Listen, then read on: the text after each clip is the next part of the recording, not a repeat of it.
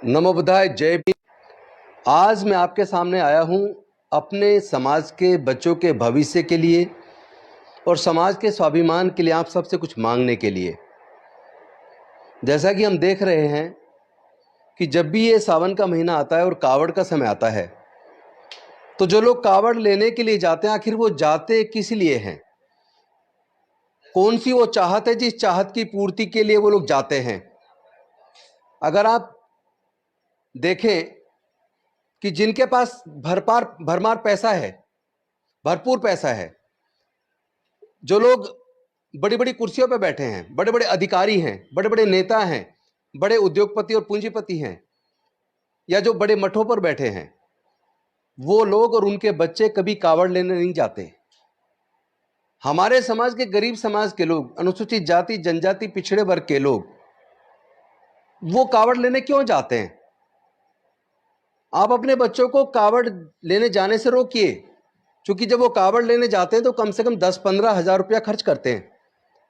और साथ ही साथ अगर बच्चे पढ़ने वाले हैं तो 15 दिन की स्कूल की छुट्टी करते हैं, कॉलेज की छुट्टी करते हैं।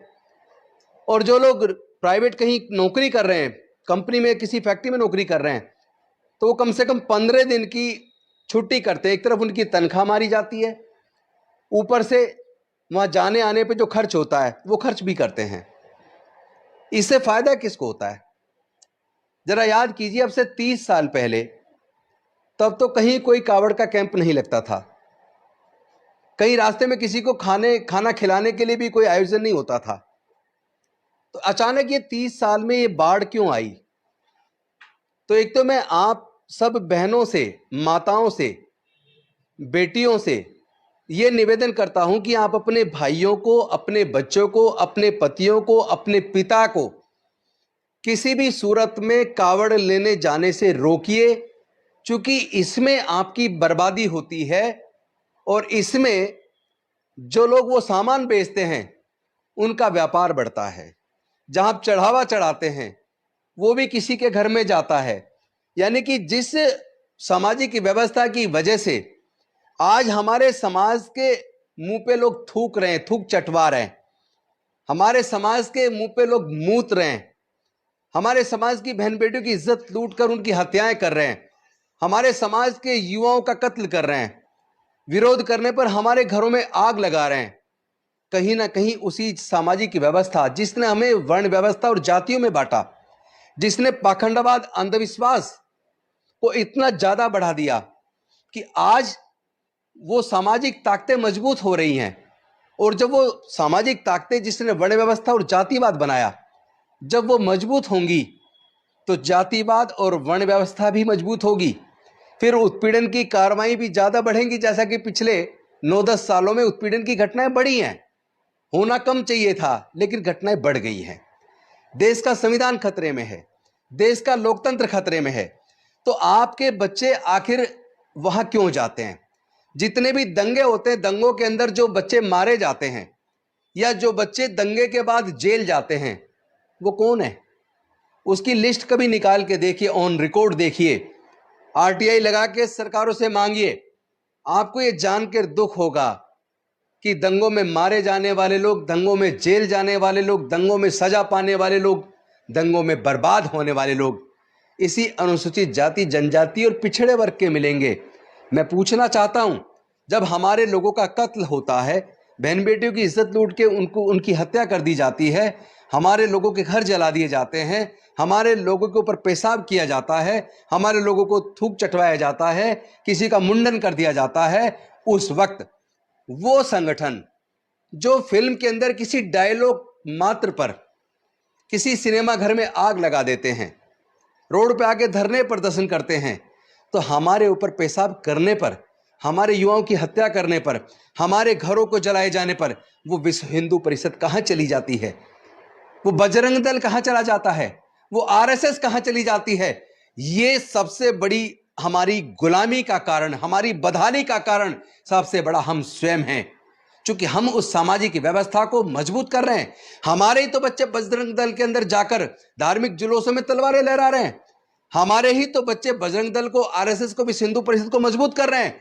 मैं आपसे सिर्फ एक चीज मांगता हूं, एक तो अपने बच्चों को आरएसएस में, बजरंग दल में, विश्व हिंदू परिषद में जाने से रोकिए, उनको पढ़ाई के रास्ते पे डालिए, उनको सिखाइए कि पढ़ेंगे तो आगे बढ़ेंगे। और ऐसे संगठनों में जाकर सिवाय गुलामी के, सिवाय बदहाली के, सिवाय बर्बादी के कुछ होने वाला नहीं है, क्योंकि ये संगठन हमारे युवाओं का इस्तेमाल करके हमारे ही लोगों को मरवाते हैं। ये अल्पसंख्यकों को मारना, दलितों को मारना, आदिवासियों को मारना, पिछड़ों को मारना, अरे इनकी हिम्मत इतनी हो कैसे जाती है? ये सच बताऊं तो ये जो अभी मैं देख रहा था उत्तराखंड के अंदर, जो एक साधु बोल रहा है कि पूरा हिमालय हमारा देवालय है, हम यहाँ किसी बौद्ध को, किसी मुस्लिम को, किसी ईसाई को रहने नहीं देंगे। और जिस तरह की धमकियां खुलेआम, गर्दन काटने की धमकी ये साधु के भेष में जो लोग देते हैं, मैं कहना चाहता हूं आप इनको पहचानिए। ये निश्चित तौर पर इनकी अगर जांच की जाए, ये साधु कतई नहीं होंगे, ये जरूर अपराधी होंगे जो अपराध करने के बाद पुलिस के अरेस्ट से भागे और गेरुए कलर के कपड़े पहनकर ये साधु संतों को भी बदनाम कर रहे हैं। क्योंकि साधु संत का मतलब क्या है? संत का मतलब होता मानव कल्याण के लिए काम करना, घर बार परिवार सब कुछ त्याग कर कैसे दुनिया में शांति कायम हो, कैसे मानवता बढ़े। तो इसलिए लोगों ने ये वस्त्र पहने और घर का त्याग किया, वो लोग साधु और संत कहलाए। लेकिन आज जिस तरह साधु संत का भेष बनाकर ये आतंकवादी, ये अपराधी, ये लगातार खुलेआम लोगों को धमकी दे रहे हैं, लोगों को मारने के, पैरेलल आर्मी बनाने की बात कर रहे हैं, कत्लेआम मचाने की बात कर रहे हैं। साधु का काम कत्लेआम मचाना नहीं है, साधु का काम नफरत फैलाना नहीं है, साधु का काम लोगों के बीच में वेमनेस से बढ़ाना, आग लगाना नहीं है। ये बेसिकली साधु नहीं है, अपराधी है। मैं सरकार से मांग करता हूं इनकी जांच कीजिए, इनकी बैकग्राउंड चेक कीजिए। ये अपराधी मिलेंगे जरूर, कहीं ना कहीं ये अपराध करके भागे हुए लोग हैं, ऐसे लोगों को जेल में डालिए, क्योंकि ये देश को तोड़ने की साजिश कर रहे हैं, ये देश के अंदर नफरत फैला रहे हैं। हो सकता है किसी पार्टी विशेष को इससे फायदा हो जाए, छोटा मोटा फायदा, लेकिन याद रहे जब देश टूटेगा तो पूरे देश को बर्बादी होगी, पूरे देश का नुकसान होगा, क्योंकि ये देश तोड़ने की कार्रवाई है। जब लोग घर जलते हैं ना, तो वो पड़ोसी के घर को भी अपने आगोश में ले लेते हैं, वो फिर किसी की जाति और धर्म नहीं देखती आग। तो इस आग को जलने से रोकिए। सरकारें अगर ऐसे लोगों को बढ़ावा देंगी तो मैं आपको बता देना चाहता हूं, ऐसी सरकारों को भी हम निस्ते-नाबूद करेंगे। हम छोड़ने वाले नहीं हैं, हम सच्चे देशभक्त हैं, हम अपने देश से प्यार करते हैं, अपने देश के संविधान को भी बचाएंगे, देश के लोकतंत्र को भी बचाएंगे और अपने देश में से इस नफरत के वातावरण को खत्म करके शांति और मानवता का पाठ जो तथागत बुद्ध ने दिया था, उस पाठ को पूरी दुनिया को हम लोग पढ़ाएंगे। और मैं निवेदन करता हूं फिर से, आपसे दो ही चीज़ मांगी है, ऐसे नफरती संगठनों में जुड़ना बंद करिए और आप कावड़ लेना जाना बंद कीजिए, कथा सुनना बंद कीजिए। क्योंकि ये जो कथावाचक हैं बेसिकली इनके भी आप इनकी वाणी देखिए, इनकी वाणी के अंदर भी आपको नफरत नज़र आएगी, इनकी वाणी के अंदर भी आपको मानवता नज़र नहीं आती, शांति नज़र नहीं आती।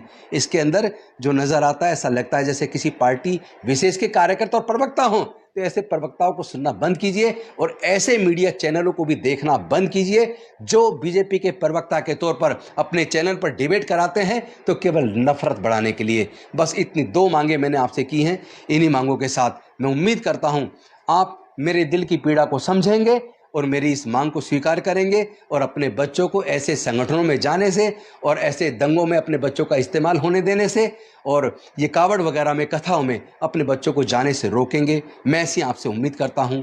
बहुत बहुत धन्यवाद। नमो बुद्धाय। जय भीम, जय भारत, जोहार।